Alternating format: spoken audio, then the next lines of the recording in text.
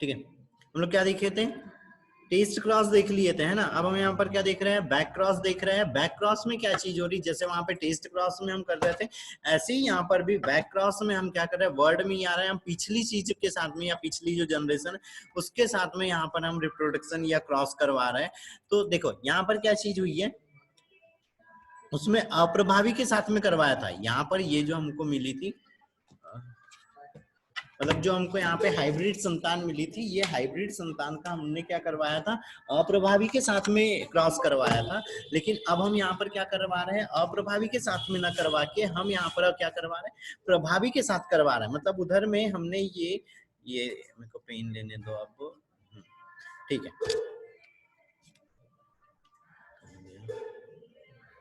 ठीक है। ये क्या थी यहाँ पर, F1 पीढ़ी है, ठीक है, ये F1 पीढ़ी है। इस F1 पीढ़ी का ये इस साइड में क्या है, यहाँ पे पेरेंट्स 1 है, ये क्या है यहाँ पे पेरेंट्स 2 है। इसका हमने क्रॉस किसके साथ, इस F1 का क्रॉस किसके साथ में करा दिया, अब प्रभावी के साथ। जबकि जो टेस्ट क्रॉस था, टेस्ट क्रॉस में किसके साथ में करवाया था, इसका क्रॉस हमने इस अप्रभावी के साथ करवाया था, ठीक है। तो यहाँ पर भी फिर वही चीज हो रही है, लेकिन इसमें अब यहाँ पे प्रभावी के साथ में हो रहा है। प्रभावी की इसमें हमको पता चल रहा है कि यहाँ पे क्या चीजें हो रही। तो जो गैमेट्स हो रहे हैं वो हमको यहाँ पे एक प्रकार के गैमेट मिल रहे थे, और इस वाले से यहाँ पे दो प्रकार के गैमेट मिल रहे थे, है ना। ये एक संकर हो गया, और इसमें जो अनुपात आ रहा है तो इसमें भी वही चीज हो रही है, एक शुद्ध अवस्था में आ रहा है और एक संकरित अवस्था में आ रहा है। तो इससे जो पता चल रहा है कि जो F1 मतलब P1 था, जो फर्स्ट जो था, मतलब जो प्रभावी वाला जो पौधा दिख रहा था, अभी तो अप्रभावी समयुग्म की पता चल गया था, इससे हमको प्रभावी की समयुग्मकता पता चलती कि जो प्रभावी जो जनक है वो क्या है, यहाँ पे जो हमको प्रभावी लक्षण दिख रहा है वो समयुग्म की है ना। ये एक संकर क्रॉस हो गया। इसी को अगर हम द्विसंकर क्रॉस पे अगर बात करते हैं, तो द्विसंकर में क्या किया हमने, यहाँ पे ये दो कैरेक्टर ले लिए, है ना।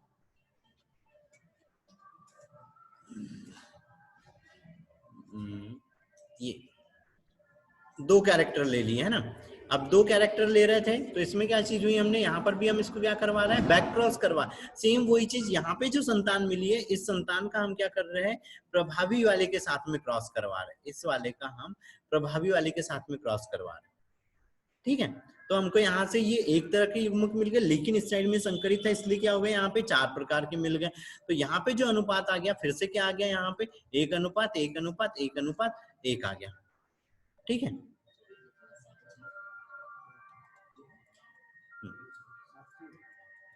अब एक संकर क्रॉस समझाइए। तो बेटा ये वाली चीज मेरे को फटाफट अगर तुम लोग करके बता सकते हो, किसी के पास कागज पेन हो तो अपना कैमरा चालू करो और फटाफट उस पर करके दिखा दो सारे लोग।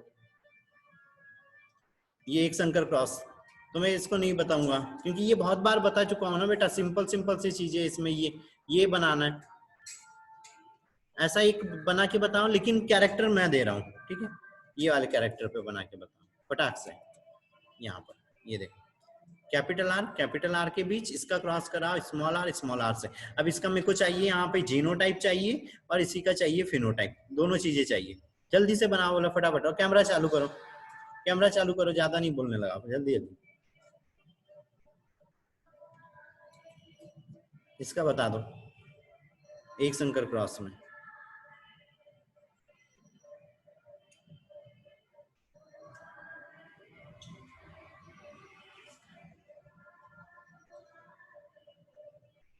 अरे करो ना जल्दी जल्दी, कैमरा चालू करो सारे लोग, फट से बता।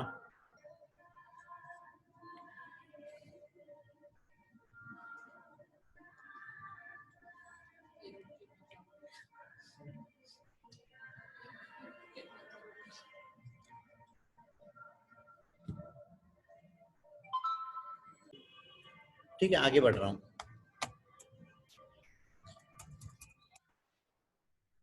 द्विसंकर क्रॉस ये भी पहले बता चुका हूँ, ठीक है।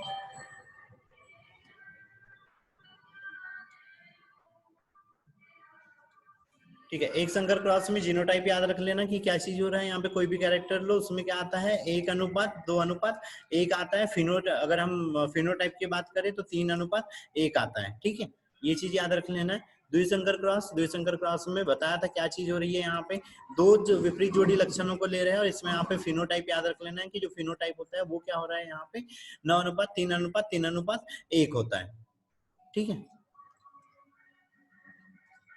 ठीक है, ये क्रॉस करके बहुत बार बता चुका हूँ। अगली चीज, हाँ, इसके जीनोटाइप की अगर बात करते हैं तो जीनोटाइप में क्या चीज हो रही है यहाँ पे, 1:2:4:4:1:2:1 रहता है। ठीक है, और ये कैसे मैच करना है ये भी लास्ट टाइम बताया था, तो वो चीज मैच करना है। कौन कौन से युग्मक है, ये जो यहाँ पे अनुपात आया है ये सेम युग्मक वाले पौधे हैं।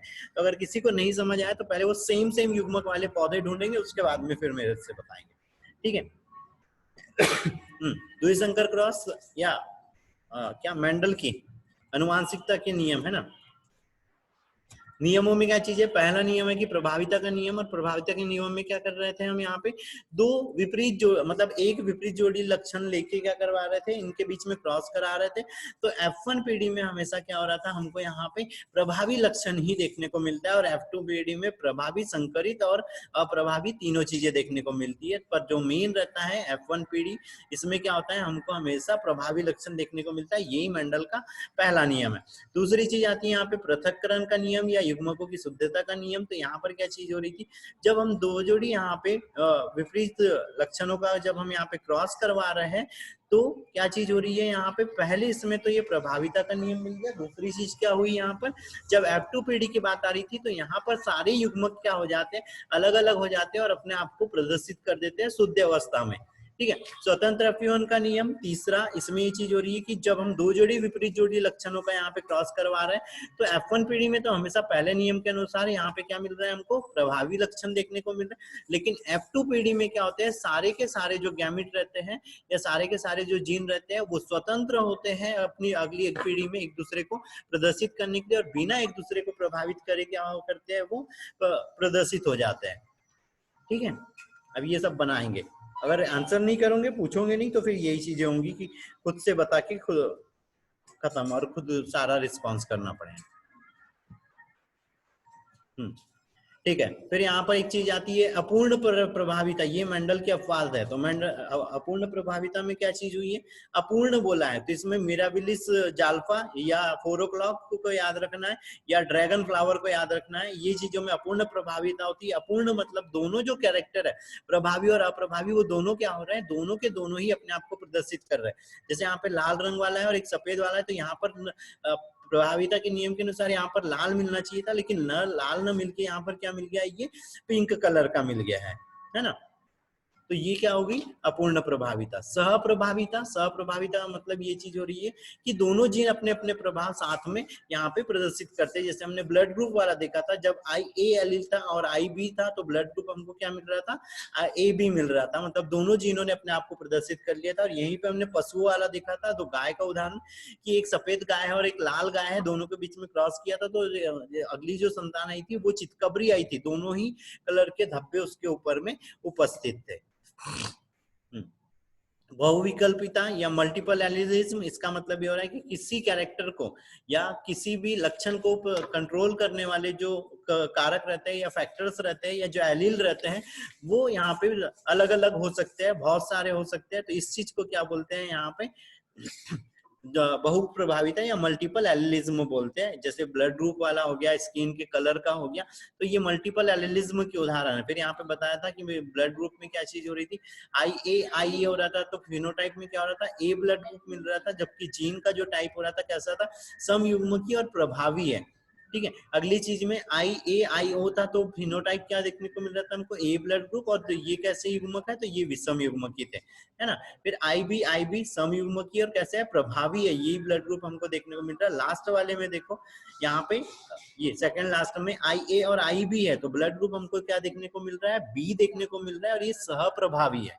दोनों लक्षण क्या हो गए यहाँ पे साथ साथ में प्रदर्शित हो गए। लास्ट वाली चीज अप्रभावी समयुग्मकीय है, इसके ऊपर कोई एंटीजन यहाँ पे प्रेजेंट नहीं है, तो हमको ब्लड ग्रुप O देखने को मिल गया, और ये कैसा है, समयुग्मकीय अप्रभावी है।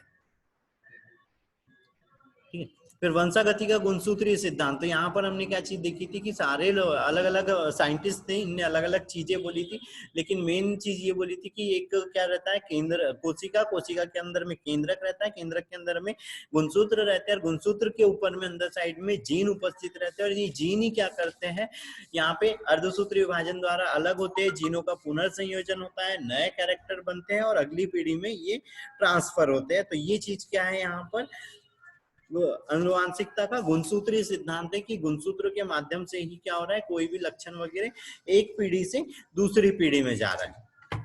ठीक है, फिर इस सिद्धांत में कुछ खास चीजें बोली थी, जैसे निषेचन के फलस्वरूप, मतलब निषेचन से, निषेचन में क्या हो रहा है, दो गैमेट्स बन रहे थे, तो गैमेट्स कैसे हो रहे थे, अगुणित हो रहे थे, एन एन प्रेजेंट हो रहे थे, दोनों ने मिलके क्या कर लिया, जब यहाँ पे फर्टिलाइजेशन हुआ तो एक 2n स्ट्रक्चर बन गया था ये, तो ये द्विगुणित बनाते हैं, और इसमें क्या होता है कि मादा युग्मक होता है और एक यहाँ पे नर युग्मक होता है, दोनों मिल जाते हैं और यहाँ पे नया समजात गुणसूत्र वाला, या दोनों के मिक्सअप, ये रिकम्बाइंड गुणसूत्र वाला एक नया स्ट्रक्चर बनाते हैं। ठीक है, फिर क्या हो रही थी यहाँ पे, किसी जीव के अंदर में अगली चीज क्या आ रही, किसी जीव के संपूर्ण जीवन में प्रत्येक गुणसूत्र अपनी पहचान व संरचनात्मक विशिष्टता बनाए रखता है। मतलब अगर वाय गुणसूत्र जैसे हम बात कर रहे हैं वाय गुणसूत्र की, तो वो हमेशा लिंग निर्धारण करता है, तो पूरे जीवन काल भर वो ही चीज करेगा।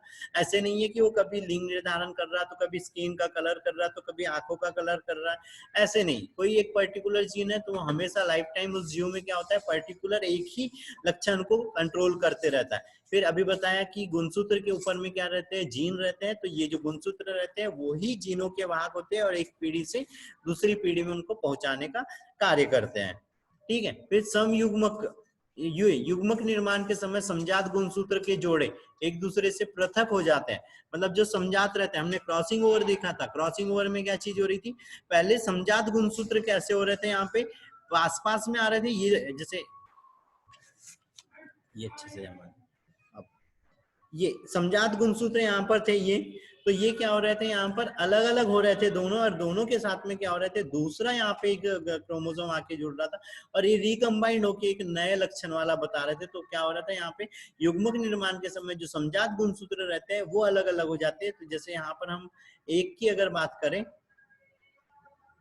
तो एक ये चलेगा और ये चलेगा, एक गैमेट इधर फॉर्म हो गया और एक गैमेट इधर फॉर्म हो गया, तो दोनों समजात गुणसूत्र रहते, दोनों अलग अलग जगह पे गए और अलग अलग तरह के यहाँ पे उसने गैमेट फॉर्म कर लिए। ठीक है, फिर युग्मकों के बीच में, पीढ़ियों के बीच में सेतु का कार्य करते हैं, सेतु का कार्य करते हैं मतलब दो पीढ़ियों को जोड़ रहा है, एक जनर F1 पीढ़ी को जोड़ रहा है और एक इधर जो पेरेंट्स पेरेंट्स थी, जो पिछली जनक पीढ़ी थी, उसको आपस में जोड़े रखते हैं, उनके बीच में यहाँ पे संबंध बताते हैं। फिर जाइगोट का निर्माण, ये चीज बहुत बार आ गई, जाइगोट का निर्माण अंडाणु और शुक्राणु के संलयन से होता है ना, एन एन थे दोनों, और ये जो जाइगोट था ये क्या हो रहा था, यहाँ पे द्विगुणित हो रहा था। फिर शुक्राणु जाइगोट को केवल अपना केंद्रक प्रदान करता है, मतलब शुक्राणु के अंदर में से क्या, मतलब जाइगोट के अंदर में क्या होता है, शुक्राणु का सिर्फ केंद्रक होता है, पूरी बॉडी नहीं होती है, बॉडी बाहर साइड ही में रह जाती है, और जो नया ये जाइगोट बनता है इसके अंदर में दोनों ही जनकों के क्या रहते हैं, यहाँ पे कैरेक्टर हमको देखने को मिलते हैं। फिर गुणसूत्र युग्मक के केंद्रक में पाए जाते हैं, तो गुणसूत्र अभी बताया था कोशिका के अंदर में केंद्रक है, केंद्रक के अंदर में गुणसूत्र उपस्थित रहते हैं, और गुणसूत्र ही क्या करते हैं, गुणसूत्र के अंदर में क्रोमेटिड्स रहते हैं, क्रोमेटिड्स के ऊपर में जीन रहते हैं, और ये जो जीन रहते हैं वो ही अनुवांशिक लक्षणों को नियंत्रित करते हैं। ठीक है, फिर जीवों में गुणसूत्रों की संख्या हमेशा निश्चित होती है, मतलब हमेशा फिक्स रहना है कि कोई जीव है, जैसे हम ह्यूमन की अगर बात करें तो हमारे अंदर में क्या है, 46 क्रोमोसोम है, तो 46 क्रोमोसोम ही क्या होना है, लाइफ टाइम बने रहेंगे, या जितने भी होमोसेपियंस रहेंगे, जितने भी ह्यूमन रहेंगे, इनमें हमेशा क्या होना है, यहाँ पर गुणसूत्रों की संख्या सेम रहेंगी, है ना। अगली चीज, युग्मकों तथा युग्मकों में, युग्मक तथा युग्मकों के गुणसूत्र व जीन्स दोनों की संख्या आधी हो जाती है ना। अब युग्मक की बात करी तो पीढ़ी में क्या चीज हुई थी, बताया था कि जो भी जनक रहता है उसके अंदर में क्या होते हैं, 2n होते हैं, अलग अलग हो रहे थे, तो ये कैसे हो जा रहे थे, एन बन जा रहे थे। तो जो युग्मक है उसमें इस जनक के अपेक्षा में क्या हो जाते हैं, आधे गुणसूत्र हो जाते हैं। ठीक है,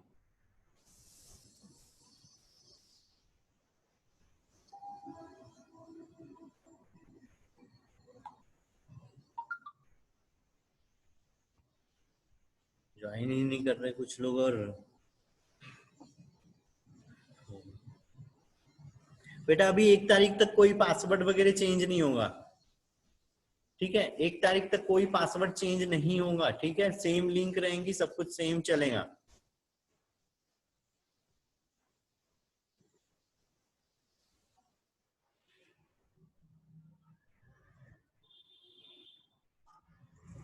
ठीक है। फिर ये निषेचन के फलस्वरूप पुनर्संयोजन बताया, क्रॉसिंग ओवर होता है गुणसूत्र खंड